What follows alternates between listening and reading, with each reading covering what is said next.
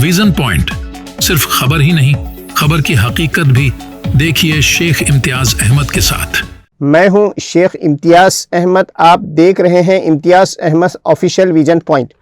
Maharashtra election commission ने उन तमाम वोटर्स के एन्यूमरेशन फॉर्म तैयार कर लिए हैं जिन वोटर्स ने ऑनलाइन मैपिंग करवाई थी।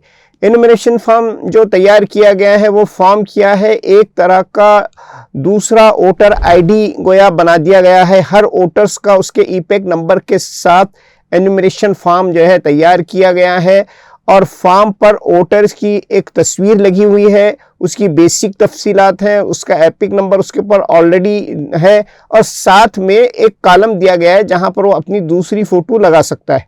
दूसरी अहम बात ये याद रखिए कि इलेक्शन कमीशन ने जो डायरेक्शन बीएलओ को दिए हैं उसके मुताबिक एन्यूमरेशन फॉर्म वोटर आईडी में दिए हुए एड्रेस पर ही डिलीवर करना है। इसलिए हर वोटर को चाहिए कि अपना एड्रेस वोटर आईडी के मुताबिक करेक्ट कर ले और अगर एड्रेस चेंज हुआ है तो फॉर्म नंबर 8 भरकर अपना एड्रेस करेक्ट करवा ले। जो मौजूदा एड्रेस है वो एड्रेस डाल दे।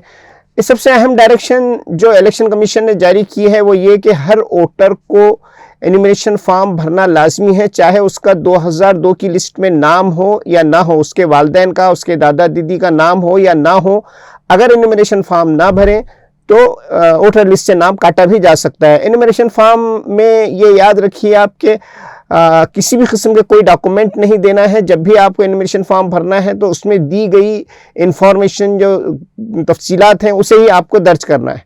वोटर्स को ये राहत भी दी गई है कि अगर किसी वोटर का 2002 की लिस्ट में नाम नहीं है, खुद वोटर का नहीं है, उसके वालिदैन, उसके दादा दादी किसी का नाम नहीं है, तो वो अपने ईपैक नंबर डालकर अपना एन्यूमरेशन फॉर्म भर सकता है, उससे राइट वोटर तस्लीम कर लिया जाएगा। महाराष्ट्र इलेक्शन कमीशन ने एन्यूमरेशन फॉर्म जो जारी किए हैं तो उसके 3rd सेक्शन में ये रखा है कि 2002 की लिस्ट में वोटर का नाम नहीं, उसके वालिदैन दादा दादी किसी का नाम भी नहीं है, तो एन्यूमरेशन फॉर्म भरने के बाद उससे ये मौका दिया जाएगा कि वो अपना स्कूल सर्टिफिकेट या पासपोर्ट या जो 11 डॉक्यूमेंट बताए गए हैं उनमें से कोई एक डॉक्यूमेंट को वो पेश करे और उसके वालिदैन में से किसी एक का कोई स्कूल सर्टिफिकेट या सजेस्टेड डॉक्यूमेंट में से कोई एक डॉक्यूमेंट वो बताएं।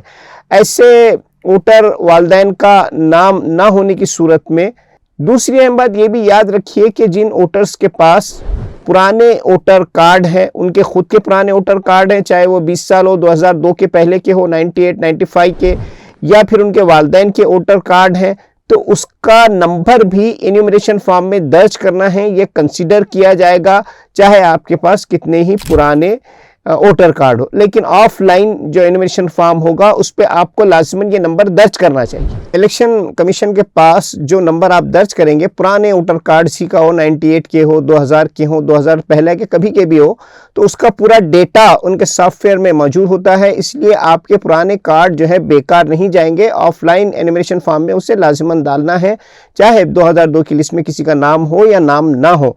इसके रिलेटेड डॉक्यूमेंट में से एक डॉक्यूमेंट आपको लेकिन पेश करना लाजमी होगा। अगर नाम नहीं है तब आपकी ऑफलाइन मैपिंग भी होगी, नया वोटर कार्ड भी बनाया जाएगा, एन्यूमरेशन फॉर्म भी आपका भरा जाएगा।